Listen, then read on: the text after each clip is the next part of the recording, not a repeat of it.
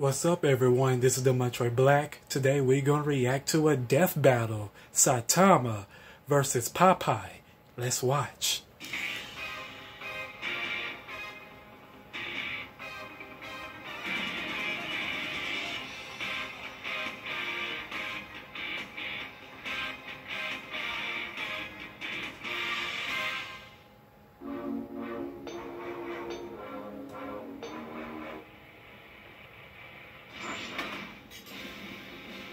Saitama, the One-Punch Man. Popeye, the Sailor Man. East versus West.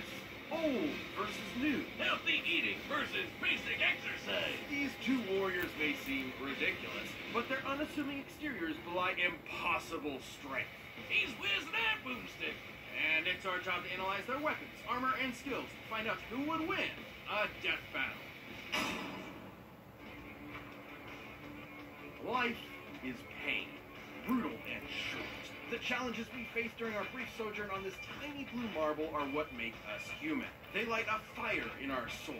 They make it all worth something. Without them, we are lost. Yeah, it's a little early in the day for an existential crisis, but luckily I came prepared. For this failed salaryman, all it took to get that fiery passion back was to save this butt-chin child from a crab monster in underwear. That was a sentence. This man was Saitama, and he was going to be a superhero. And so he trained, pushing his body beyond its limits and shattering the boundaries of humanity. So hard, his freaking hair fell out. Saitama's strength grew exponentially day by day, with the goal of becoming the greatest hero who ever lived. And much to his horror, that's exactly what he got. All it took was one punch. Damn it! He became too strong. He became the one, the only, the infamous Cake Baldy. But anyone in school knows him as One Punch Man, as in he can't help but beat almost every opponent he's faced in exactly one punch. One friggin' punch! And this is a universe with some pretty whacked out monsters, like a giant who's over a quarter of a kilometer tall and can stomp city-sized craters into the earth. Or an Esper who can effortlessly pull giant meteors from outer space. Or a Monster King who shaved off a continent from the Earth's surface and lifted it into the stratosphere. And Saitama's never even broken so much as a sweat fighting any of them. During their battle, that same Monster King absorbed this huge chunk of the Earth's core and fired it at Saitama, who blocked it by squirt gunning some lava at it. The lava he was bathing in, naked. And then he punched him. Surprise. Saitama's created after images just by hopping side to side, defeated a martial arts master with his butt, and survived the inhospitable vacuum of space after being kicked all the way to the moon and before jumping back to Earth in about 16 seconds. That's 8% the speed of light. Kinda like the time he blocked attacks from this alien dude who's needed to move near light speed or punch so fast his fist starts to pollution. You know, that thing that happens when you approach the speed of light? Saitama utilizes his absurdly superhuman strength and speed with techniques like his devastating normal punch. And if he wants to amp it up, the consecutive normal punches. Are you kidding me? Those are his attack names? What kind of self-respecting anime protagonist is he? Plain and simple, he's a satire boy. Instead of seeing his journey from the beginning and enjoying his struggle to the top, we join him when he's already there. Basically, imagine if Goku went Super Saiyan in his fight against Jackie Chun. Kinda sucks all the drama out of it, doesn't it? And that's the point. Far from the power fantasy the genre is known for, Saitama's life became an existential nightmare. Without suitable conflict, the struggle that had heretofore defined him became meaningless. His new reality was inescapably boring. Which is really saying something when he can decimate mountains without even hitting them. Or shatter asteroids that rank a 9 on the Torino scale. For those not in the Torino, that's equal to 1 trillion tons of TNT. This guy's training must have been insane.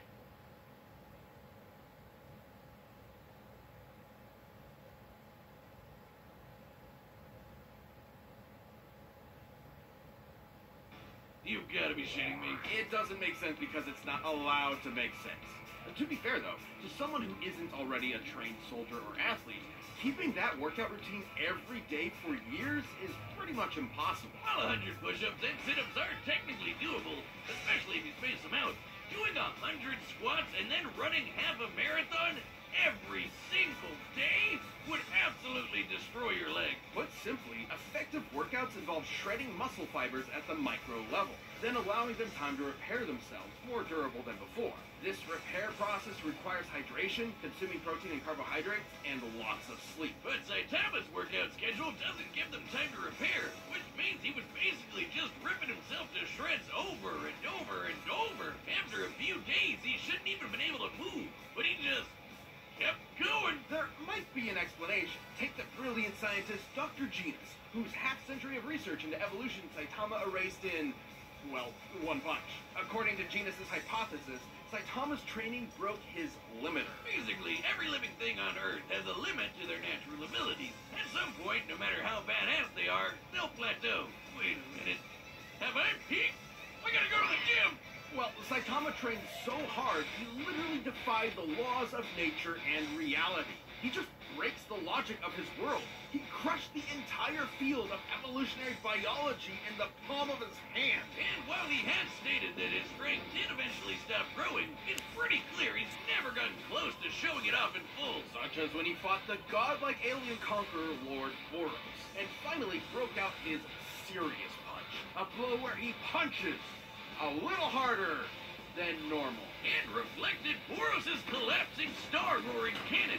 Hey, see, that's an attack tank. An energy blast that was going to blow up the friggin' planet. That's over 50 zettatons of TNT. Like a quadrillion of the world's strongest nukes going off at once. Despite his obvious and overwhelming power, Saitama's accomplishments were never officially recognized. As if no one in their right minds could believe a psych ward Charlie Brown could save the world. Well, he doesn't seem to mind. Almost as if being removed from anything resembling conflict gave him a perspective on how trophy and contrived his world is. Only Saitama's the only one in on the joke, because who cares about how far up their own ass a supervillain is when you can just chill at home with your buds and play video games? Maybe that was the real lesson all along.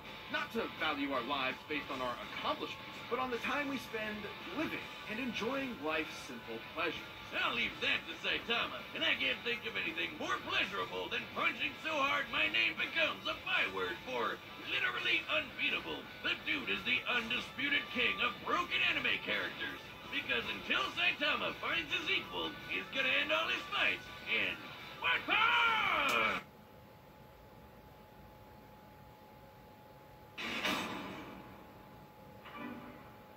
Popeye the Sailor Man, hero, adventurer, sailor, man. Oh, good, that's fun, huh? Whoa. How do you like that? Man, he sounds like he smokes a pack of Marlboro Factories every day. And if you ever wanted to know what angry cat sex sounds like, he can sing. I'm Popeye the Sailor Man. How exactly do you know? Never mind. Popeye's origins are humble. Born to the cruelly named Poop Deck Pappy, Popeye was, immediately upon birth, horrifically ugly. So ugly, his father fled in embarrassment of his spawn and never returned. So Popeye grew up with a chip on his shoulder and a pop in his eye, especially after discovering his higher calling, beating the snot out of people.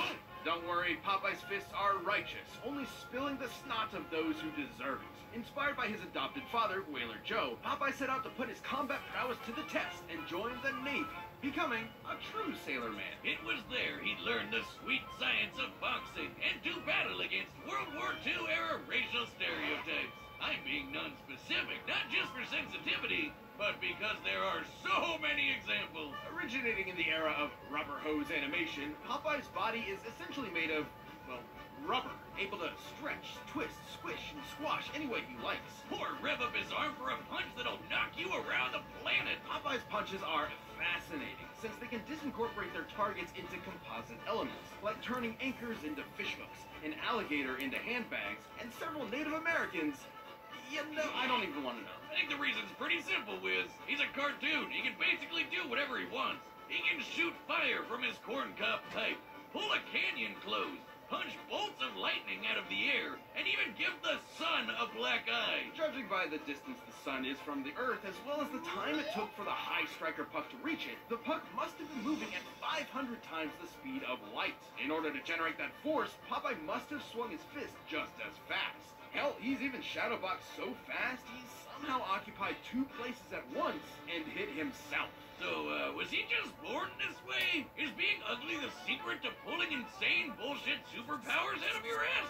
Because if so, you might want to get on that, buddy. No.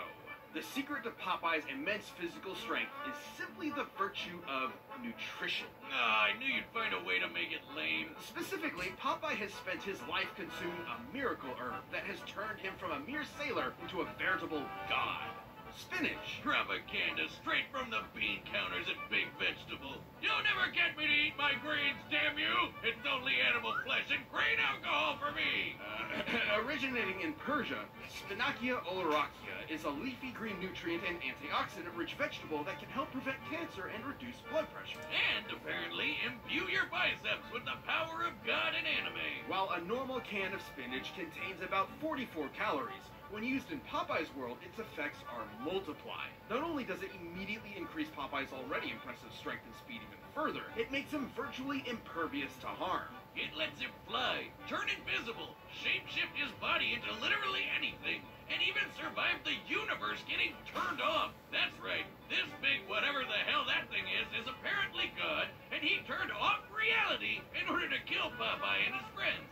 Because why not? Except guess what? Popeye was fine. Why?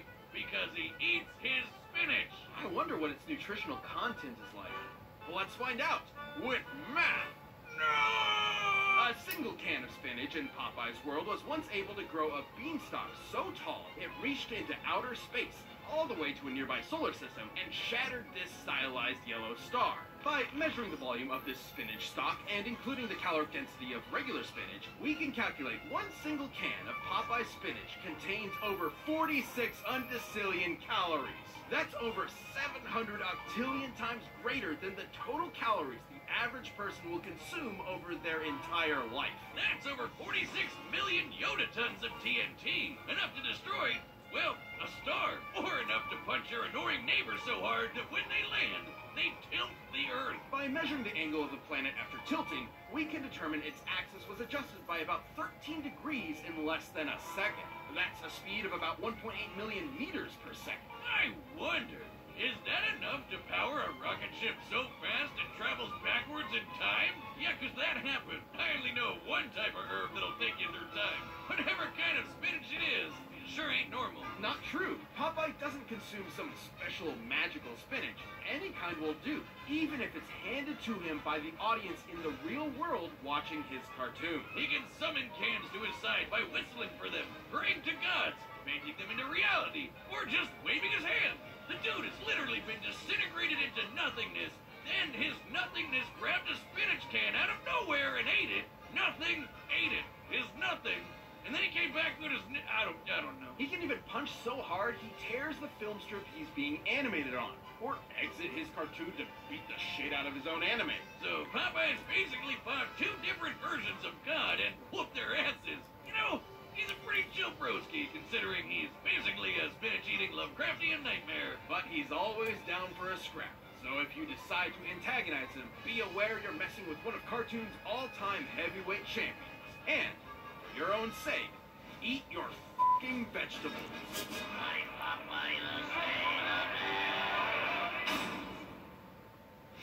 Alright, the combatants are set. Run the data through all possibility. But first, in case you're starting to feel those winter blues, check out BetterHelp.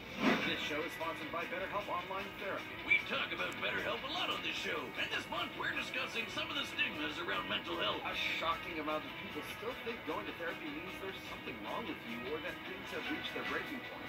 But that's not true. Therapy is a tool to utilize before things get worse, to help you learn how to avoid those lows. So if you're struggling with anything at all, BetterHelp can help you. BetterHelp is customized online therapy that offers video, phone, and even live chat sessions with your therapist, so you don't have to see anyone on camera if you don't want to. It's much more affordable than in-person therapy, and you can be matched with a therapist in under 48 hours. Give it a try and see why over 2 million people have used BetterHelp online therapy. This show is sponsored by BetterHelp, and Death Battle viewers get 10% off their first month at BetterHelp.com/deathbattle. That's BetterHelp.com/deathbattle. But right now, it's time for a death battle!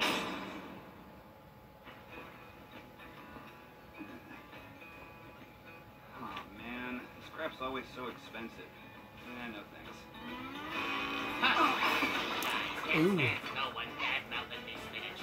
Put him up, yes, big beluga. Whatever.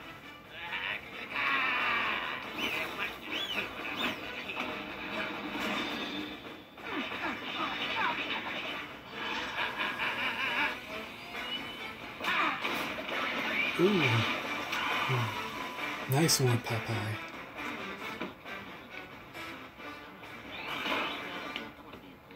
Well, blow me down. You ain't got a scratch on yas. I know, right? Overwhelming strength is so boring. I can't treat that.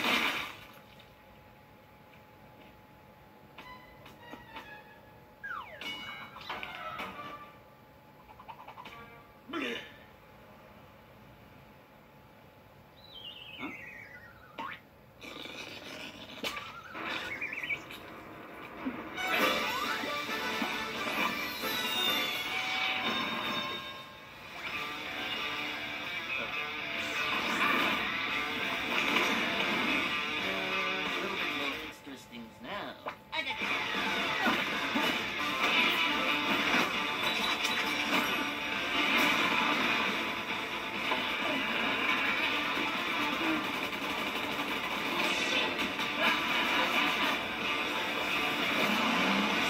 Ooh. It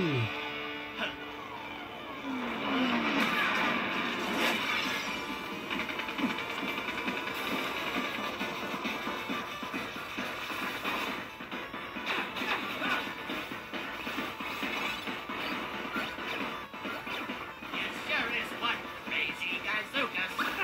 I'm just a guy who's a hero for fun. Who the hell are you? I am what I am, and that's all what I am. You know, somebody to myself.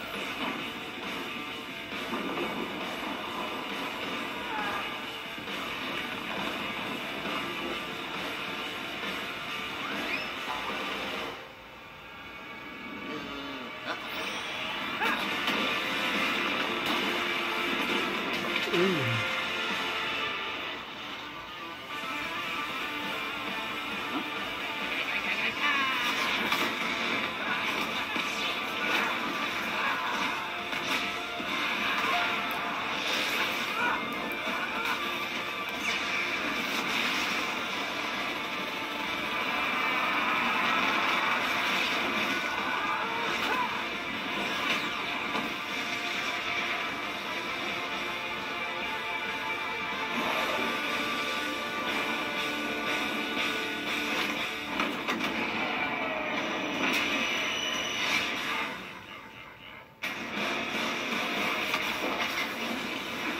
Amazing! This is amazing! How did you get so strong? Dynasty spinach.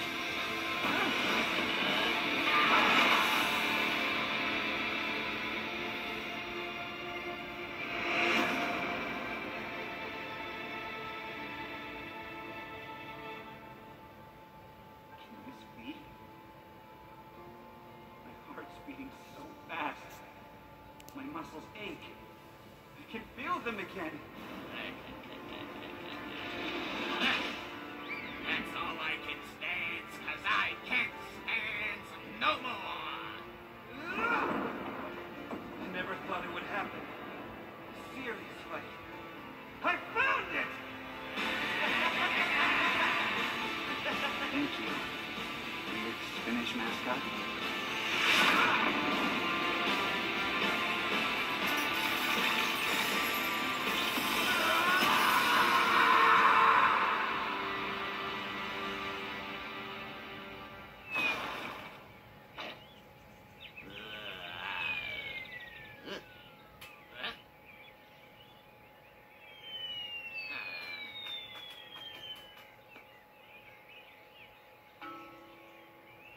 He took a big gamble, but now he is scrambled. I'm Popeye the Sailor Man.